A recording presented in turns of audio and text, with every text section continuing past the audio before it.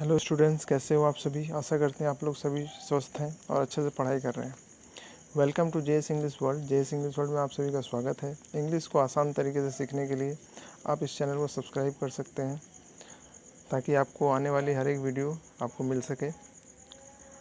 आज हम लोग डिस्कस करेंगे गुलमोहर क्लास 6 का चैप्टर नंबर यानी unit number 2 wild duck.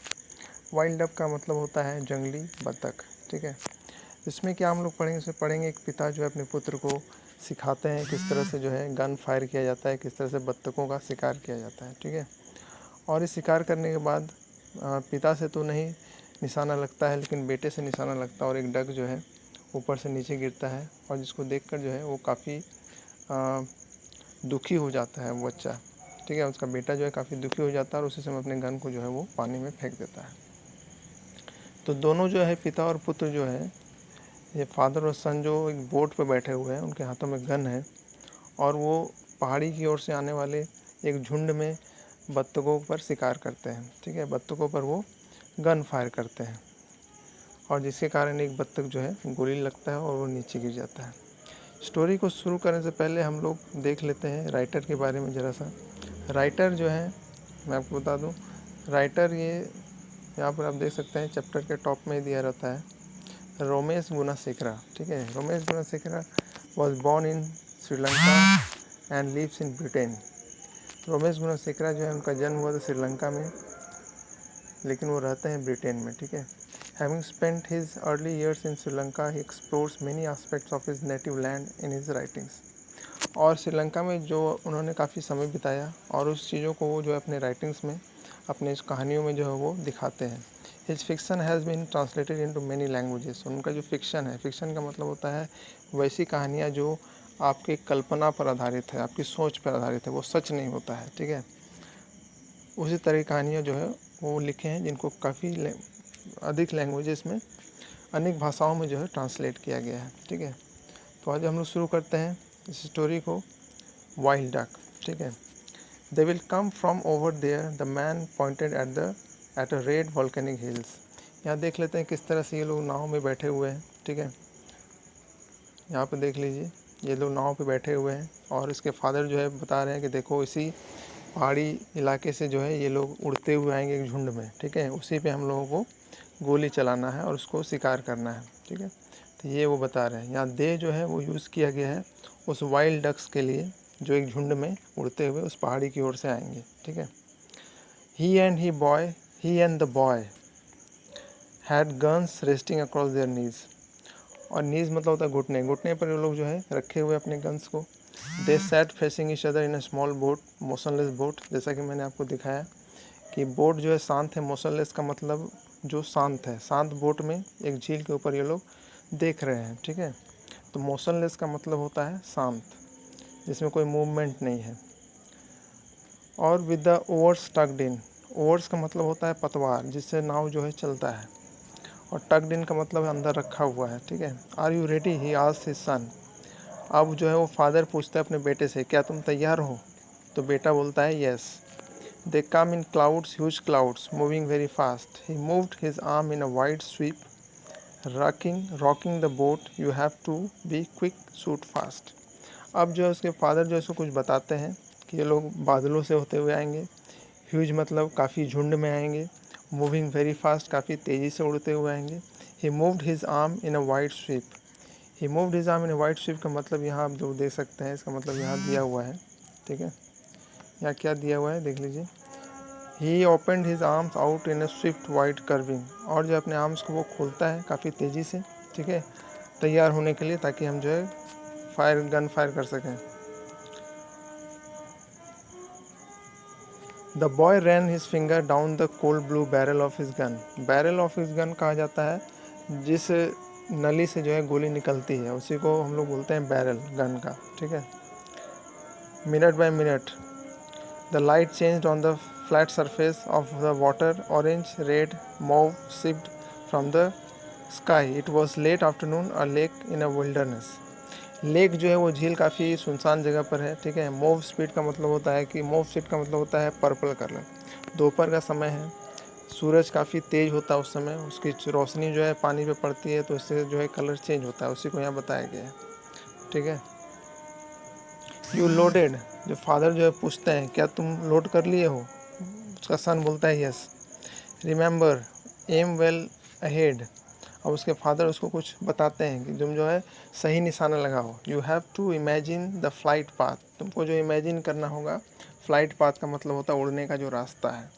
To be dead on, dead on का मतलब होता है, आपके बुक में ही दिया हुआ है, डेड ऑन का मतलब होता है हिट द टारगेट परफेक्टली, यानी कि निशाना को सही तरीके से लगाना है और ये ईजी नहीं है, it is not easy, but you have to manage with just one shot, लेकिन तुमको जो है एक ही शॉट में कोशिश करना है कि उसको जो है मार के गिरा दो। आई नो, उसका सन जो है बोलता है मुझे मालूम है। Suddenly the boy looked up, is that them, और अचानक जो है बॉय उठ के खड़ा हो जाता है और उसको एक बड़ा ही झुंड दिखाई देता है और वो पूछते हैं फादर से क्या ये वही है। A ribbon of black dot billowed out of the horizon, billowed out का मतलब क्या होता है, रोज अप, रोज अप मतलब अचानक से निकल जाना काफ़ी संख्या में। The boy was spell bound, breath whistled out of his small round mouth, watching birds was his passion. Spell bound का मतलब होता है काफ़ी वो सरप्राइज़ हो गया कितने बड़े झुंड में, और उसको चिड़ियों को बर्ड को देखना जो है काफ़ी पसंद है, उसका पैशन है, काफ़ी कुछ होता है, वाह क्या झुंड है, क्या बर्ड्स है। There must be millions, exclaim, exclaim मतलब चिल्लाया, वो चिल्लाया क्या बात है, लगते हैं लाखों में किसी संख्या में है ये, मिलियंस का मतलब होता है लैक्स में। Half the sky was covered by teal, huge clouds of them banked one way, और आधा जो है या टील जो है यूज़ किया गया डक के लिए, इसका मतलब डक ही होता है, वाइल्ड डक, ठीक है। आधा जो पूरा बादल है, जो आसमान है, वो ढका हुआ है इन डक्स से। Huge clouds of them banked one way, banked मतलब होता है flew with one wing higher than other when running when turning, और जो ऐसा लगता है कि जो है ह्यूज क्लाउड्स ऑफ देम, या क्लाउड यूज किया गया है उस बर्ड्स के लिए, ठीक है, जो काफ़ी झुंड में उड़ते हुए चले आ रहे हैं एक दूसरे से आगे पीछे, ठीक है। Changing the shape of the sky and blotting the light, और इससे क्या हो रहा है कि स्काई का कलर चेंज हो रहा है, ठीक है। ऐसा हम लोग अगर सन को ढक लेता है तो कुछ अंधेरा जैसा हो जाता है, इसका यही बताया गया है। ब्लॉटिंग का मतलब होता है ब्लॉकिंग आउट द लाइट, ठीक है। जैसे बादल से अगर सन छिप जाता है तो क्या होता है, ऐसा लगता है कि वो जो है सन का लाइट आ नहीं पाता है नीचे, और हमें जो है काफ़ी उजाला मिलता नहीं है, ठीक है। तो सन का लाइट नहीं आ पा रहा है, क्यों, क्योंकि वो सारे झुंड जो हैं, इतने बड़ी संख्या में बर्ड्स हैं कि वो सारा जो है सन के लाइट को ढक लिया है, जिससे उसका लाइट जो है आ नहीं रहा है, ठीक है। उसके बाद क्या है, will they all land here on the lake, अब जो है वो बेटा पूछता है फादर से क्या ये लोग जो है, लैंड मतलब क्या होता है नीचे उतरना, क्या ये लोग नीचे उतरेंगे, बर्ड्स के बारे में बता रहा है वो, नीचे उतरेंगे यहाँ लेक पर। They look too high, I think they are aiming for somewhere else, who decides, अब जो है उसके फादर बोलते हैं कि वो बहुत ऊंचाई पर देख रहे हैं, लोग हो सकता है कहीं और जा रहे हैं। अब उसका बेटा बोलता है हु डिसाइड्स, कौन डिसाइड करता है कि कहाँ जाना है, कोई तो एक उसका बर्ड का एक सरदार होगा जो डिसाइड करेगा कि यहाँ जाना है वहाँ जाना है, तो वो पूछता है कि कौन डिसाइड करता है। अब वो उसके फादर बोलते हैं दे नो, वे सब जानते हैं। Then they were overhead, the sky filled with masses of birds, और अचानक से क्या होता है कि उसके सर के ऊपर जो है बहुत सारे बर्ड्स दिखते हैं, उड़ते उड़ते उनके सर के ऊपर दिखाई देते हैं, ठीक है। मासेस ऑफ बर्ड्स का मतलब काफ़ी संख्या में है, in flight. A flurry of birds calls, a flurry of birds calls का मतलब क्या है, अ फ्लरी ऑफ बर्ड्स कॉल्ड का मतलब यहाँ पर बताया गया है, देखिए यहाँ पर दिया हुआ है, a number of bird calls at once in a very short time, ऐसा लगा कि अचानक से एक ही बार में इतने सारे बर्ड जो है वो आ गए, इसी को यहाँ कहा गया flurry of bird calls. Father and son looked at each other, अब फादर और सन को समझ में नहीं आ रहा, वो एक दूसरे को देखने लगते हैं। Here goes the man undid his safety catch, here goes, यहाँ देखो, सेफ्टी कैच का मतलब small part of gun which prevents accident shooting, मतलब गन में एक छोटा सा हिस्सा होता है जो बिना अनचाहे शॉट्स को जो है रोकता है, ठीक है, तो उसी को वो जो है तैयार करता है, ठीक है।